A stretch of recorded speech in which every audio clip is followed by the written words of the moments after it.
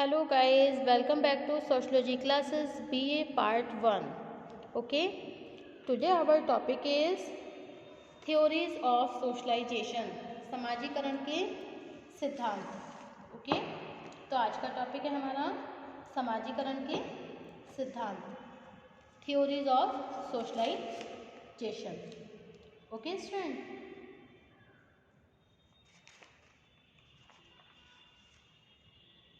समाजीकरण का वास्तविक उद्देश्य क्या है तथा किस प्रक्रिया के द्वारा इस उद्देश्य को पूरा किया जाता है, इसे अनेक विद्वानों ने कुछ सिद्धांतों की सहायता से स्पष्ट किया है. इनमें कुछ सिद्धांत मनोवैज्ञानिक आधार पर प्रस्तुत किए गए हैं, जबकि कुछ का आधार समाज की संरचना है.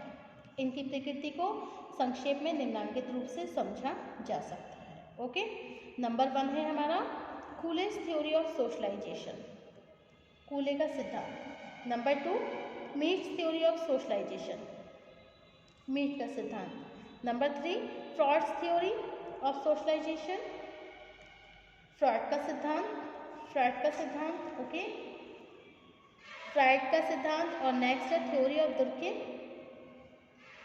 दुर्किन का सिद्धांत. ओके, तो नंबर 1 आता है हमारा कूले का सिद्धांत, कूलेस थ्योरी ऑफ सोशलाइजेशन, कूले का सिद्धांत. ओके, चार्ल्स कूले के सिद्धांत को आत्म दर्पण का सिद्धांत, थ्योरी ऑफ लुकिंग गिलास सेल्फ कहा जाता है. ओके, क्या कहा जाता है? Theory of looking glass self भी कहा जाता है. अपनी पुस्तक human nature and the social order में कूले ने यह स्पष्ट किया कि व्यक्तित्व के विकास का सबसे महत्वपूर्ण आधार व्यक्ति में आत्म अथवा स्व सेल्फ का समुचित विकास होना है. इस प्रकार समाजीकरण की प्रक्रिया व्यक्ति के आत्म को विकसित करके उसे एक सामाजिक प्राणी बनाती है. इससे स्पष्ट करते हुए कूले ने बताया कि मनुष्य के स्वभाव और मनोवृत्तियों का निर्माण पारस्परिक संपर्क से होता है.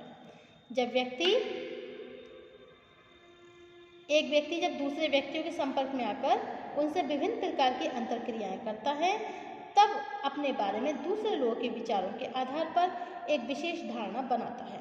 यही धारणा उसका आत्म होती है. इस अर्थ में आत्म स्वयं का आईना तथा स्वयं का दर्पण है.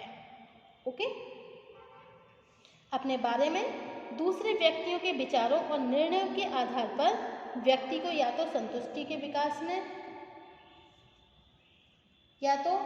संतुष्टि या गौरव का अनुभव होता है, अथवा उसमें लज्जा या ग्लानि के भाव उत्पन्न होते हैं. लज्जा का भाव आत्म के विकास में बाधक होता है, जबकि संतुष्टि की भावना आत्म के विकास में सहायता देती है. इसका तात्पर्य है कि व्यक्ति के विभिन्न विचार, आदत, मनोवृत्तियाँ तथा व्यवहार के ढंगों का निर्धारण स्वयं के विकास पर ही आधारित होता है. इस प्रकार सभी सामाजिक समूह और संस्थाएं व्यक्ति के स्वयं को समुचित रूप से विकसित करने का प्रयत्न करती हैं. वास्तव में आत्म विकास से ही व्यक्ति और समाज के बीच व्यवस्थित संबंध विकसित होते हैं. ओके, नेक्स्ट पॉइंट है हमारा मीट का सिद्धांत. Okay, Mead theory of socialisation. Cooley की भांति मीट ने यह स्वीकार करा है कि व्यक्तित्व के विकास में स्वयं के विकास का प्रमुख योगदान होता है तथा व्यक्ति अपने स्वयं को दूसरे लोगों के विचारों के संदर्भ में ही विकसित करता है. इसके बाद भी मीट ने अपनी पुस्तक माइंड, सेल्फ एंड सोसाइटी में स्व के विकास में उस प्रक्रिया को अधिक महत्वपूर्ण माना है जिसके द्वारा एक बच्चा या फिर एक व्यक्ति दूसरे लोगों से भूमिका ग्रहण, रोल टेकिंग करना सीखता है. भूमिका ग्रहण करने का अर्थ होता है कि बच्चा यह समझने का प्रयत्न करता है कि विभिन्न परिस्थितियों में उसे किस तरह का व्यवहार करना चाहिए. आरंभ में वह परिवार के सदस्यों को जिस तरह व्यवहार करते हुए देखता है, उसी तरह की भूमिका वह स्वयं गुड़िया के साथ जैसे खेलता है, ठीक है, खेल में निभाने का कार्य भी करता है, खेल में निभाने का भी प्रयत्न करता है. इस स्तर पर माता पिता, भाई बहन, बच्चे सभी से वो जैसे वो लोग करते हैं वैसी वो भी क्रियाएं सीखता है। ओके। सेकंड है सिग्निफिकेंट अदर्स। दूसरे महत्वपूर्ण नाम से भी संबोधित किया जाता है। कुछ बड़ा होने पर नाटक और मंच पर किए जाने वाले अभिनय में वो विभिन्न प्रकार की भूमिकाएं भी निभाता है। नंबर 3 है सामान्यीकृत अन्य, जनरलाइज्ड अदर। होते हैं जिनमें परिवार से बाहर समुदाय के कोई भी व्यक्ति हो सकते हैं। Okay.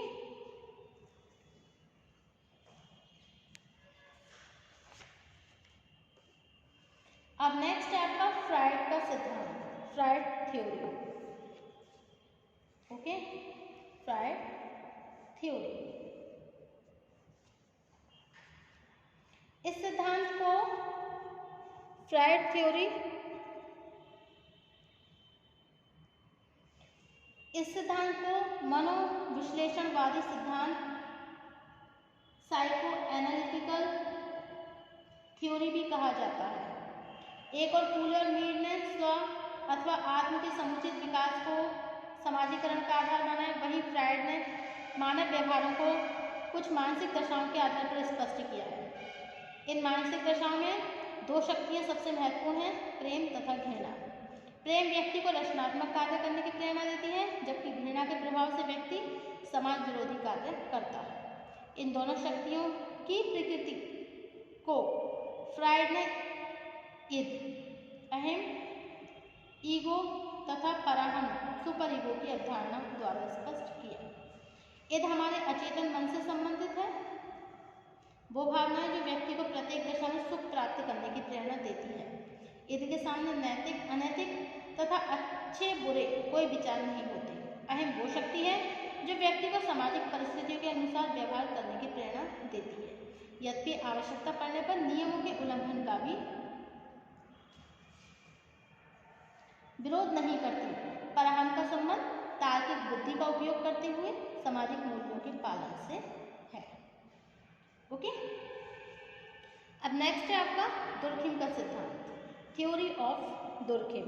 Okay, theory of Durkheim.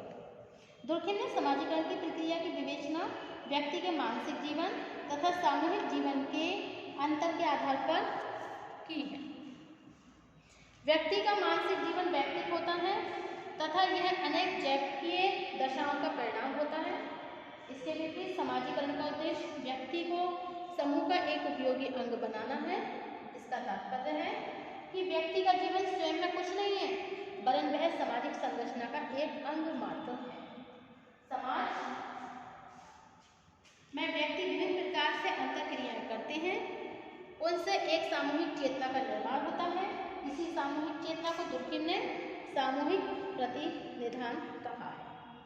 सामूहिक प्रतिनिधान में संपूर्ण समाज के मूल्य और आदर्शों का समावेश होने के कारण उनका नैतिक दबाव इतना अधिक होता है कि समूह के सभी सदस्यों को उनके अनुसार व्यवहार करना आवश्यक होता है।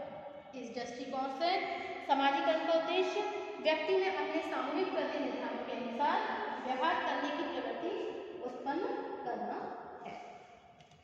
ओके। अब नेक्स्ट है हमारा समाजीकरण की आवश्यकता अथवा महत्व। नेक्स्ट पॉइंट है हमारा समाजीकरण की आवश्यकता अथवा महत्व, नीड और इम्पोर्टेंस ऑफ सोशलाइजेशन।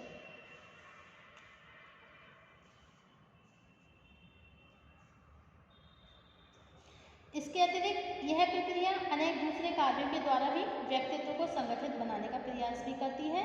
इसमें कुछ समाजीकरण की आवश्यकता और महत्व भी है। समाजीकरण के गत संपूर्ण विवेचन से स्पष्ट होता है कि समाजीकरण की सफलता व्यक्तित्व के निर्माण की अनिवार्य दशा है। व्यक्ति के लिए समाजीकरण क्यों आवश्यक है अथवा इस प्रक्रिया का सामाजिक महत्व क्या है, यह प्रश्न स्वाभाविक रूप से हमें समाजीकरण के कार्यात्मक पक्ष की ओर ले जाता है। ओके। वास्तविकता यह है कि जन्म के समय से ही बच्चे में समूह के कार्य में भाग लेने की योग्यता नहीं होती, बल्कि यह योग्यता उसमें धीरे धीरे आती है, व्यक्ति के व्यवहारों को देखकर आती है। ओके। इस दृष्टिकोण से समाजीकरण एक प्रकार का सामाजिक नियंत्रण है, जिसका उपयोग समूह के जीवन को शक्तिशाली बनाने तथा व्यक्तित्व का विकास करने के लिए किया जाता है। समाजीकरण की प्रक्रिया द्वारा ही व्यक्ति यह जान पाता है कि उसे किन व्यक्तियों के साथ रहना है, उनसे किस प्रकार का व्यवहार करना है तथा अपनी क्षमताओं का विकास किस प्रकार करना है। इसके अतिरिक्त यह प्रक्रिया अनेक दूसरे कार्यों के द्वारा भी व्यक्तित्व को संगठित रखने का प्रयास करती है। ओके, नंबर 1 है आपका नियमबद्धता का विकास। नियमबद्धता का विकास, बेसिक डिसिप्लिन। ओके, अनुशासन और नियमबद्धता सामाजिक जीवन की आधारभूत आवश्यकता है। नंबर 2 है आकांक्षाओं की पूर्ति, टू इंस्टिल एस्पायरेशन। नियमबद्धता और आकांक्षाओं की पूर्ति में भी घनिष्ठ संबंध है। नंबर 3 सामाजिक भूमिकाओं की पूर्ति का प्रशिक्षण, to teach the responsibility of social roles. समाज में प्रत्येक व्यक्ति के लिए ये ध्यान रखना आवश्यक है कि अन्य व्यक्तियों की तुलना में भी उसकी सामाजिक स्थिति, उसका स्टेटस क्या है। नेक्स्ट है सामाजिक क्षमताओं का विकास, डेवलपमेंट ऑफ सोशल स्किल्स।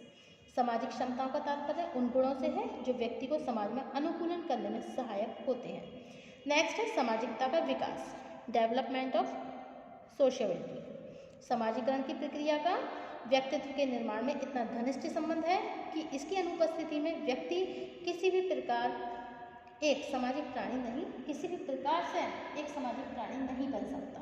गैलस और डेविस ने अनेक ऐसे असामाजिकृत बच्चों का उल्लेख किया है जो समाज के संपर्क से पृथक रहने के कारण भी सामाजिक मानव नहीं बन सके। मतलब समाज में संपर्क नहीं हो पाया बच्चों का और समाज के संपर्क से वो पृथक रहने लगे, जिसकी वजह से सामाजिक मानव नहीं बन सके। ओके, ये सभी समाजीकरण की प्रक्रिया अनेक समूह और संस्थाओं के द्वारा प्रभावित होती है। यह प्रक्रिया जीवन के आरंभिक समय से लेकर मृत्यु के समय तक चलती है। Okay, thank you for watching my YouTube channel. Thank you so much guys. Next chapter है हमारा 14 व्यक्ति तथा समाज का संबंध। हमारा चैप्टर का नेम है relation of individual and society. Thank you.